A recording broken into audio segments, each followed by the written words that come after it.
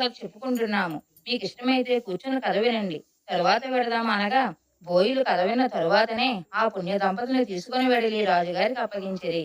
రాజు సంతోషముతో ఆ గృహమును, ధనమును వారికి ధారపోసి వెళ్ళిపోయినారు. అప్పుడు నారాయణమ్మ, ఆమె భర్త నారాయణ భట్టు ఆ గృహమును 4 ఎకరముల భూమిని అనుభవిస్తూ నిత్యమును రామదేవుని కథ చెప్పుకుంటూ అక్కడనే ఉండసాగారు. కొన్నాళ్ళు అయ్యేసరికి నారాయణ భట్టు, అమ్మాయి నేను ఎన్నాళ్ళు ఇలా నేను మీ దగ్గరే ఉంటాను. నేను వెళ్ళి రామదేవుని తీసుకువస్తాను. నీవు నీ భర్త కథ మానకుండా చెప్పుకోండి అని చెప్పి తాను ప్రయాణమై వెళ్ళినాడు. నారాయణ భట్టు కొంత దూరం వెళ్ళాక ఒక గ్రామం వచ్చినది. ఆ గ్రామంలో ఒక గొల్లవాణిని చూసి, గొల్ల, ఈ గ్రామంలో విశేషాలేమిటి అని అడిగాను. ఏమున్నది నాయనా, నేను పుట్టుకతోనే అంధుడును. వాళ్ళు ఒడ్లు పోసి నన్ను కాపలా కూర్చోమనగా కర్ర పుచ్చుకొని కూర్చున్నాను. నా అవస్థ ఇలా ఉంది బాబు అన్నాడట. నారాయణ భట్టు ఒక కథ చెబుతాను వినుదువా అని అడిగాను. గొల్ల అలాగే వింటాను చెప్పమన్నాడు. అప్పుడు నారాయణ భట్టు రామదేవుని కథ వ్రత విధానమంతా చెప్పేసరికి ఆ గొల్లవానికి కొంచెం కళ్ళు కనిపించినవట. అప్పుడు అతను, ఓహో, కథలోనే ఇంత మహాత్మ్యం ఉంది, వ్రతము చేసుకుంటే ఇంకెంత మహాత్మ్యం ఉంటుందో. ఇంతకీ నువ్వు ఏ దైవానివో ఏ దేవుడివో చెప్పమనెను. నారాయణ భట్టు నవ్వుకొని, ఇది రామదేవుని కథ మహాత్మ్యము. 5 లక్షవారములు 5 ఆదివారములు పూజ చేసి ఆవు నేతితో దీపం పెట్టవలెను. ప్రసాదానికి ఆవు పాలు, పంచదార, గోధుమ రవ్వ కలిపి 5 ఉండలుగా చేసి రామదేవునికు, ముత్తైదువులకు, బ్రాహ్మణులకు, ఇరుగు పొరుగు వారికి ఇచ్చి భార్యాపిల్లలతో తినవలెనని చెప్పి వెడలిపోయెను.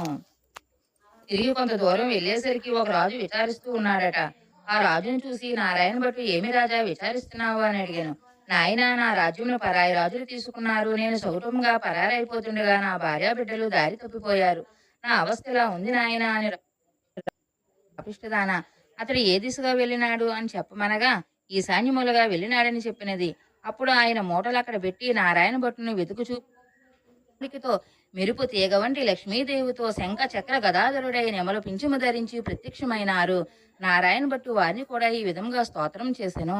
విష్ణు స్తోత్రము.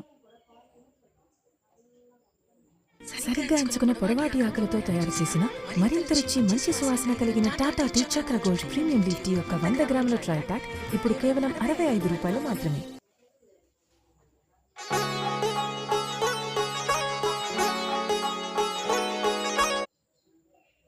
బట్టి రామదేవుని తన చెల్లెలింటికి కూడా తీసుకుని వెళ్ళగా అక్కడ వారు రామదేవుని కథ చెప్పుకుని సంతృష్టి.